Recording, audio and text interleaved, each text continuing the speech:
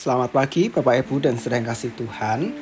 Mari kita memulai hari ini dengan kembali membaca serta merenungkan firman Tuhan. Kita membaca kitab Kejadian pasal 20.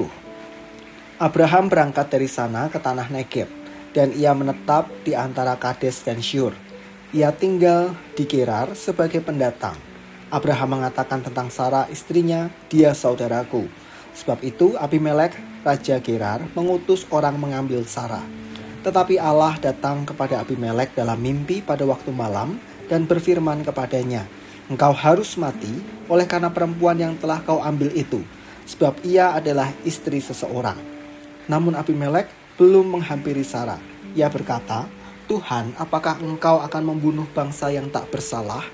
Bukankah lelaki itu sendiri yang mengatakan kepadaku, 'Dia saudaraku'? Perempuan itu sendiri juga mengatakan, 'Ia saudaraku.' Hal ini kulakukan dengan hati yang tulus dan dengan tangan yang tak bersalah." Berfirmanlah Allah kepadanya dalam mimpi, "Aku juga tahu bahwa dengan hati yang tulus engkau telah melakukan hal itu, dan aku pun telah mencegah engkau dari berbuat dosa terhadap aku. Sebab itu aku tidak membiarkan engkau menyentuh dia. Sekarang kembalikanlah istri orang itu, sebab dia seorang nabi.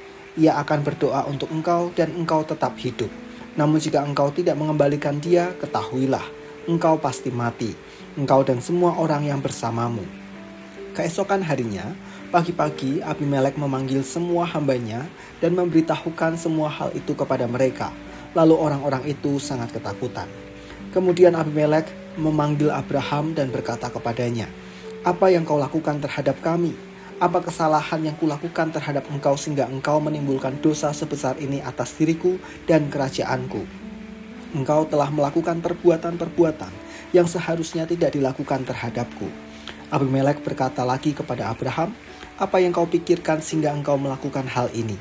Lalu Abraham berkata, "Pikirku, tidak ada takut akan Allah di tempat ini, sehingga aku akan dibunuh karena istriku.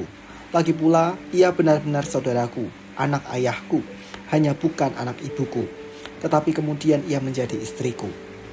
Ketika Allah menyuruh aku mengembara, pergi dari rumah ayahku, aku berkata kepada istriku, 'Tunjukkanlah kasihmu kepadaku. Katakanlah tentang aku di setiap tempat di mana kita tiba, dia saudaraku.' Kemudian Abimelek mengambil kambing domba dan lembu, budak laki-laki dan perempuan, lalu memberikan semuanya itu kepada Abraham. Ia juga mengembalikan Sarah, istri Abraham, kepadanya.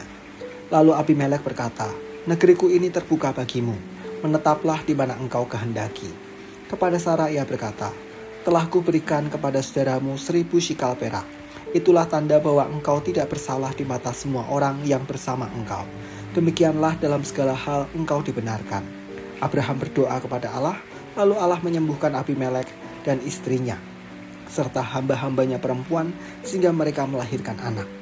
Sebab tadinya Tuhan telah menutup kandungan setiap perempuan di istana Abimelek karena Sarah, istri Abraham."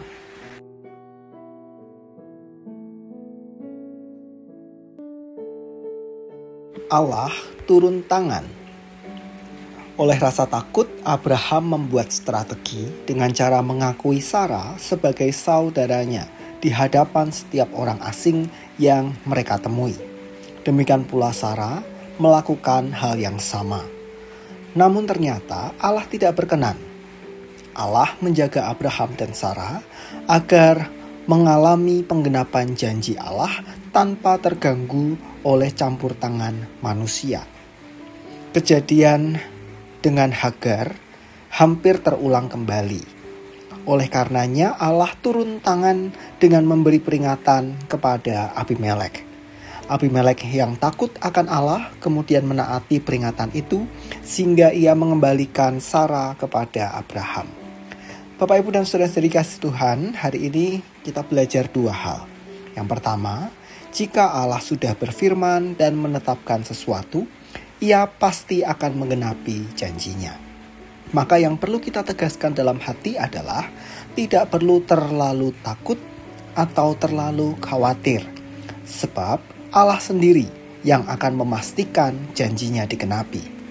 Jangan sampai oleh karena rasa takut itu membuat kita memutuskan sesuatu dengan sembarangan, yang pada akhirnya menyebabkan kita sendiri maupun orang lain mengalami akibatnya. Seperti yang hampir dialami oleh Abimelek. Karena strategi yang Abraham buat, membuat Abimelek hampir mengalami hukuman Allah. Maka mari miliki keyakinan bahwa selama kita hidup dalam perkenanan Allah, maka Allah akan memastikan janjinya digenapi. Yang kedua, Allah selalu turun tangan sampai rencananya tergenapi. Allah kita adalah Allah yang hidup. Ia tidak hanya menetapkan hidup kita, namun memastikan hidup kita ada dalam penyertaannya. Itu berarti tangan Allah tidak pernah berhenti bekerja menyertai kita. Namun demikian, perlu kepekaan hati dan ketaatan agar kita tidak meninggalkan jalan Tuhan. Setiap orang yang hidupnya tersesat harus diperingatkan agar kembali kepada hidup yang Tuhan rancangkan.